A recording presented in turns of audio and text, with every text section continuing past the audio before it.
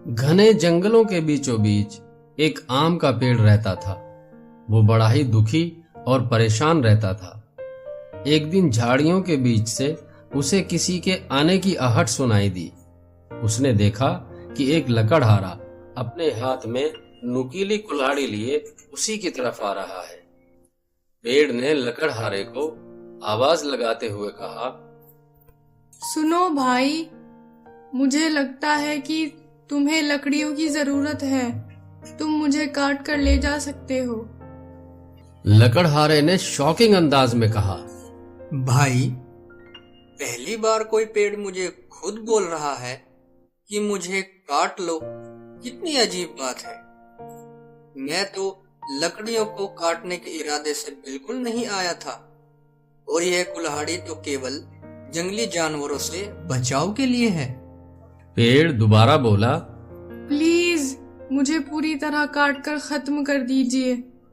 आप चाहो तो मेरे फल और मेरी लकड़ियों को बेचकर बहुत सा पैसा कमा सकते हो। आप मुझे काट देंगे तो मैं आपका हमेशा एहसानमंद रहूंगा।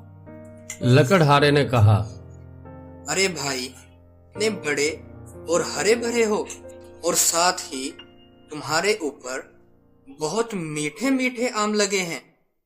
तुम देख सकते हो, सुन सकते हो, बातें कर सकते हो। इतनी ढेर सारी खूबियां होने के बावजूद तुम अपने आप को मिटाना चाहते हो। भला क्यों? मेरी यह सब खासियतें, ये खूबियां अब किसी काम के नहीं हैं।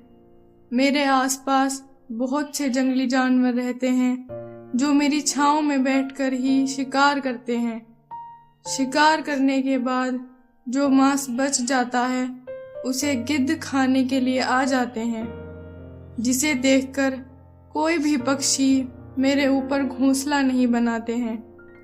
और हर दिन मुझे अपनी आंखों से मार काट, चीख पुकार के अलावा कुछ देखने सुनने को नहीं मिलता, और ना ही मैं किसी भी पक्षी को बचाने के लिए उसकी मदद कर पाता हूँ।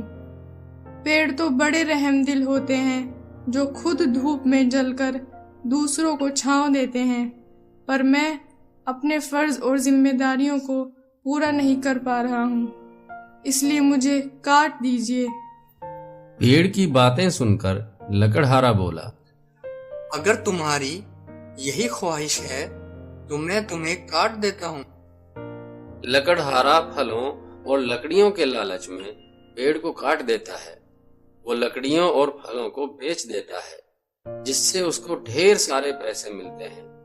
जब उन पैसों को लेकर वो अपने घर जाता है और अपनी पत्नी को पूरी बात बताता है, तो उसकी पत्नी बहुत नाराज हो जाती है और कहती है कि तुमने उस बेचारे दुखी पेड़ की मदद करने की बजाय उसे काट दिया है। मैं इन पैसों को हाथ भी नहीं लगाऊंगी। यह पाप से कमाया हुआ माल है। पत्नी की सारी बातें सुनकर लकड़हारा बहुत ही बुरा महसूस करता है और कहता है कि यह तो मुझसे सचमुच बहुत बड़ा पाप हो गया है। चंद पैसों के लालच ने मेरी आंखों पर पट्टी बांध दी थी। मैंने अपने इन हाथों से उस पेड़ को खत्म कर दिया है। इस तरह लकड़हारा और उसकी पत्नी अब दुख में डूब चुके थे। वो अपने आप को गुनाहगार समझ रहे थे। वो कुछ दिनों तक उदास रहे और अपने गुनाह की भरपाई करने की हर मुमकिन कोशिश करते रहे, पर उन्हें इस बात का दुख था कि वो उस पेड़ को जीवन नहीं दे सकते थे। तभी लकड़हारे को याद आया कि पेड़ के कुछ आम उसने अपने पास ही रखे थे और वो पूरी तरह से सूख कर गुठली हो चुके हैं, जिससे वो पेड़ को फिर से जीवन दे सकता है। वो दौड़ते हुए उन गुठलियों को पहाड़ों की तरफ ले गया, जिसके बाद उसने गुठली को पहाड़ों की उपजाऊ मिट्टी में गाड़ दिया। अब वो हर दिन आकर वहां पानी देते, जिससे आम का पेड़ जल्दी जल्दी बड़ा हो जाए। कुछ ही दिनों में एक गुठली पौधा बन गई और देखते ही देखते एक बड़ा हरा भरा और फलदार पेड़ बन चुका था। पेड़ को देखकर लकड़हारा और उसकी पत्नी बहुत खुश हो गए। अब पहले की तरह ही पेड़ की आंखें और मुंह निकल आए। अपने आप को फिर अच्छी हालत में देखकर पेड़ को फिर वही दुख सताने लगा। पेड़ लकड़हारे से कहने लगा, आपने मुझे फिर से जीवित कर दिया। अब मुझे वही पहले की तरह दुख झेलना पड़ेगा।